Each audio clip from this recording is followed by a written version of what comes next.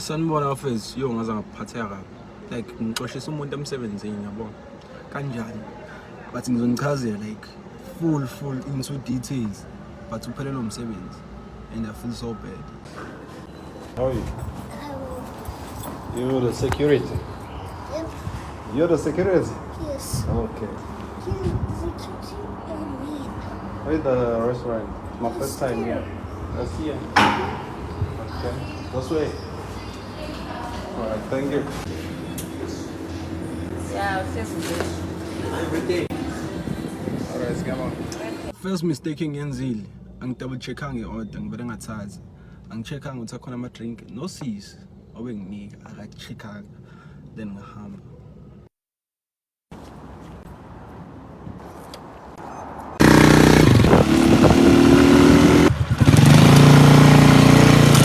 Yeah, it's me again. You remember me like yesterday? Yeah. Thank you so much. Thank you, sir. Drop safe. Alright. Yo, okay. No worries, I'm gonna come back because it's my mistake. I was supposed to double check. Okay. Yeah. But the restaurant they didn't give me, but I'm gonna go back. Yeah, it's not your fault. Yeah. I'm gonna come back. Okay, thanks bro. Alright, cheers. I-order ngifika nginingi ne-customer then waphuma i-time la ngitshela ukuthi ama-drinks awekho. Then I was like relax ngizoyilungisa le nto like relax. Hello. Yebo njani? Njani? Yaphela khuluma noma Mr. Dilo ade zocollect i-order. Yebo. Yebo ama-drinks aningi sengifile kwi-customer nami noma nginotice. Oh, lemon ice tea. Yeah. Customer Okay, yangisethile. manje. Sorry, Mrs. Wayland. Yeah, angina choice. Sorry. Okay. Thanks and the code. Okay. E-restaurant ngabatshela ukuthi ama-drinks ashodile yabo then ngabacela ukuthi because manje sengiuser like extra petrol ngisacane ngine anything yabo. Bewin. Just the pen. So. Just lengala. Oh, le yami. Okay, sibonga.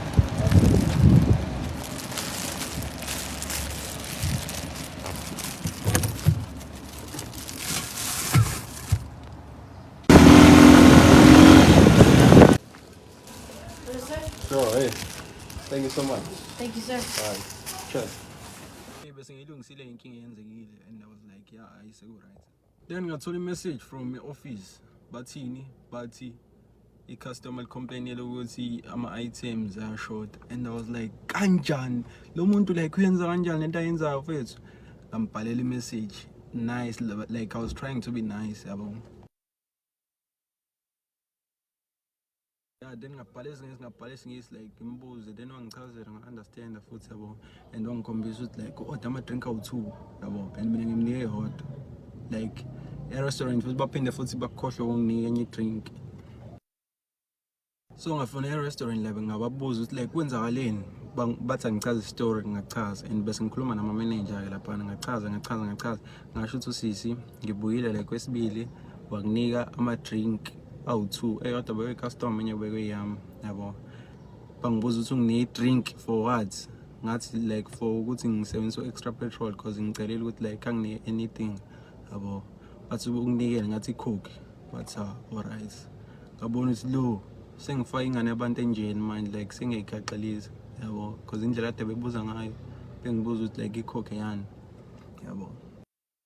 I-coke ngitholile for ukuthi ngiphinde ngadeliver esibili yabo and usisi shuthi i-coke ithathile bangayikhokhela same time yabo uthe yena bezoyikhokhela yabo then like bamxosha nge-coke bamxosha. So nje sikhuluma like umsebenzi umashile and I feel so bad. So it's on a story of it later. Yeah. So nambe ngizama ukwenza i-follow up like ukuthi ngingakhokhi 60 rand engingawazi then I end up like xoshisa umuntu because bese ngikhuluma ama-manager sola ukuthi le coke anginike yona akayikhokhelanga yabo so baxoshwa.